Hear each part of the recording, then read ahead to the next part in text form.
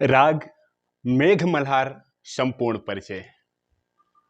Indian music गुरु channel पर video देख रहे सभी संगीत प्रेमियों एवं कलाकारों को नमस्ते, प्रणाम, आदाब, सत श्री अकाल।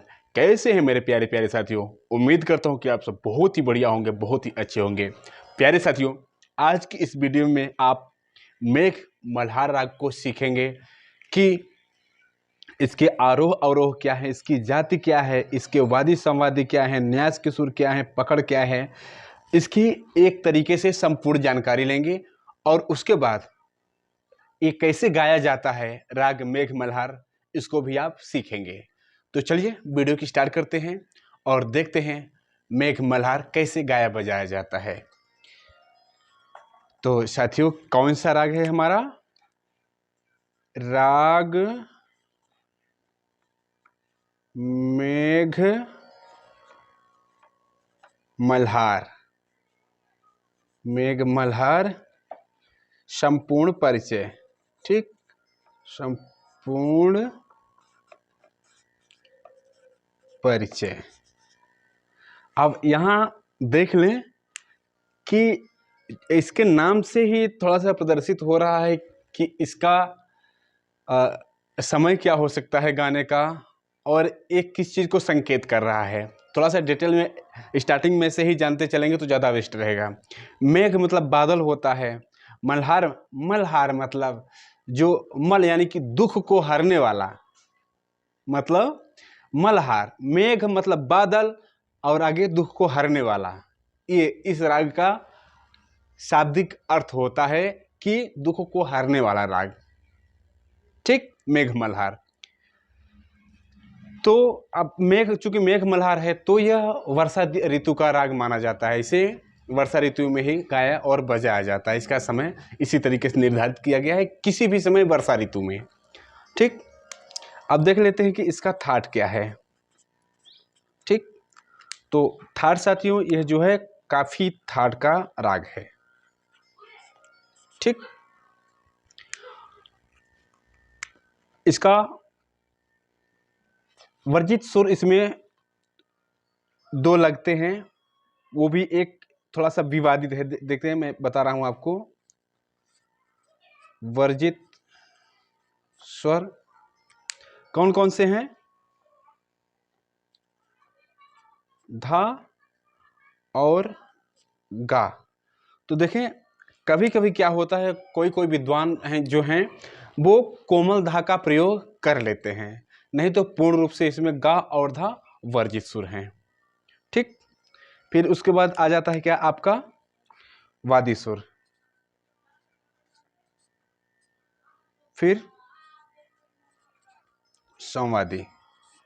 तो वादी संवादी से मतलब होता है साथियों कि किसी भी राग को गाते समय जिस सुर का ज़्यादा प्रयोग होता है, सबसे ज़्यादा, उसे वादी कहते हैं, और उससे थोड़ा सा कम यूज होने वाले को हम संवादी कहते हैं। तो इसका वादी हो जाता है रे और संवादी हो जाता है इसका पा। ओके, गायन समय तो आपको पहले ही बोल दिया हूं, गायन समय। गायन समय क्या है इसका साथियों? वर्षा ऋतु में कभी भी। ठीक, ऐसा आप लिख सकते हैं कि वर्षा ऋतु में कभी भी। ठीक, ये इसका गायन समय हो गया। अब इसकी अगर हम प्रकृति की बात कर लें, चूंकि अभी जनरली ही बात हो रही है, बट अभी गाकर जब आप सुनेंगे, बजा कर सुनेंगे, तो इसका नेचर स्पष्ट रूप से आपको पता चलेगा। क्या है इसका नेचर? क्या है? मधुर और खुशहाली वाला। ठीक, कभी कभी करुण गीत बनते हैं, समझ रहे हैं।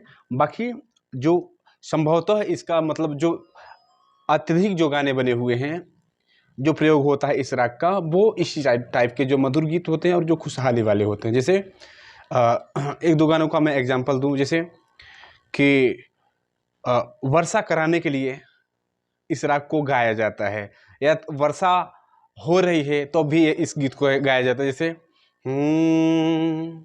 कहाँ से आए बदरा घुलता जाए कजरा हो। समझ पा रहे हो? तो इस टाइप के गीत इसी राग पर आधारित हैं।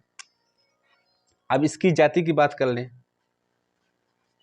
जाति साथियों इसकी हो जाएगी औडव औडव, क्योंकि यह 5-5 स्वरों का राग है। औडव औडव, ठीक। इसके आते में भी 5 स्वरों का प्रयोग होता है और जाते मतलब आरोह में भी और अवरोह में भी, ठीक। अब हम लिख लेते हैं आरोह अवरोह इसका। आरोह अवरोह और नीचे पकड़, जिसे हम चलन भी कहते हैं, ठीक। तो कहां से स्टार्ट लेता है ये? मंद सप्तक की कोमल नी से, ठीक। निसा रे मा पा, फिर पा नी सा, ओके। फिर सा नी पा, नी कोमल रखेंगे, ठीक। सा नी पा मरे, फिर पा मरे, फिर म रे सा, ठीक। उसके बाद चलन लिख देते हैं। इसका चलन क्या हो जाएगी? मंद सप्तक की कोमल नी, फिर रे सा, फिर रे सा, फिर मंद सप्तक की कोमल नी, फिर पा, फिर कोमल नी, फिर सा, ठीक। उसके बाद रे मा पा, पा मरे, फिर मनी पा म रे, उसके बाद सा, ठीक। ये इसकी पकड़ हो गई। तो एक जनरल जानकारी पहले देख लें। राग मेघ मल्हार संपूर्ण परिचय। ठाठ काफी का यह राग है। गा, चूंकि गा और नी काफी में क्या लगते हैं? कोमल हो जाते हैं, तो इसमें भी कोमल हो जाएंगे, बट गा का प्रयोग है ही नहीं। गा और धा तो वर्जित हैं, इसलिए गा का प्रयोग है ही नहीं। और नी आपकी देख रहे हैं कोमल है, ठीक, आपके ठाठ के अनुसार, ठीक। जो काफी में गा और नी कोमल होते हैं उसके अनुसार।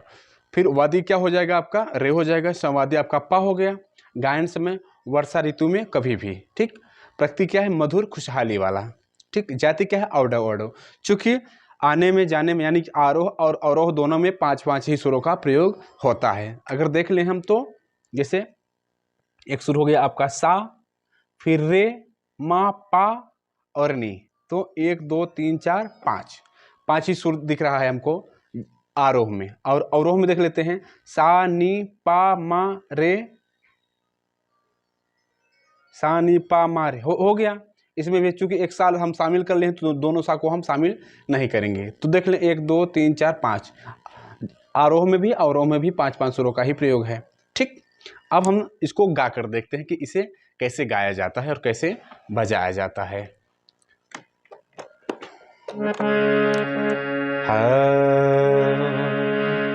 सा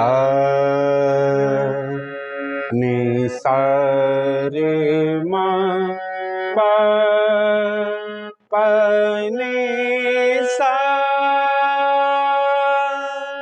आरोह को पुनः देखेंगे।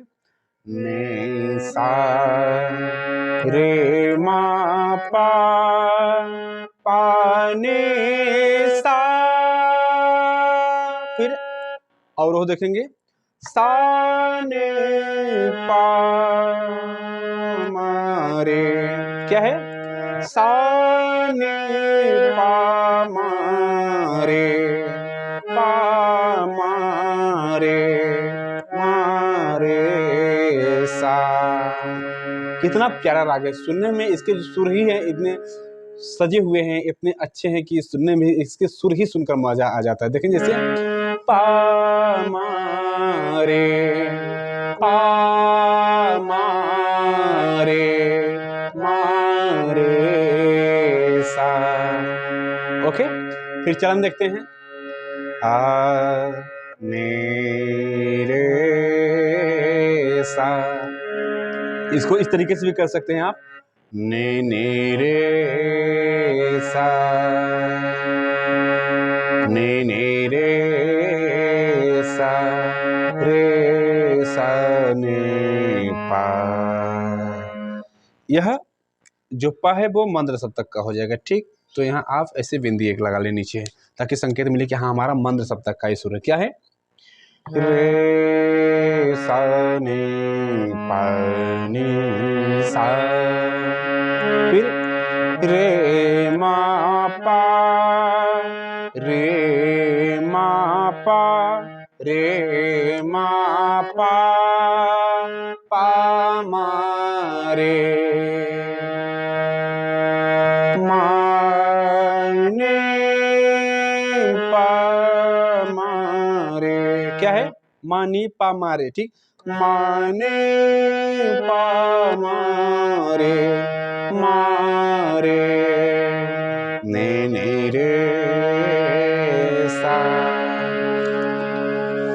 ठीक साथियों, तो ये रहा आपका राग मेघ मल्हार का संपूर्ण परिचय और किस तरीके से बजाया जाता है इसका एग्जाम्पल। ठीक, तो उम्मीद करता हूँ साथियों वीडियो पसंद आया होगा। मिलते हैं किसी और प्यारे से वीडियो के साथ, तब तक के लिए आप सभी दोस्तों सभी साथियों से नमस्ते, प्रणाम।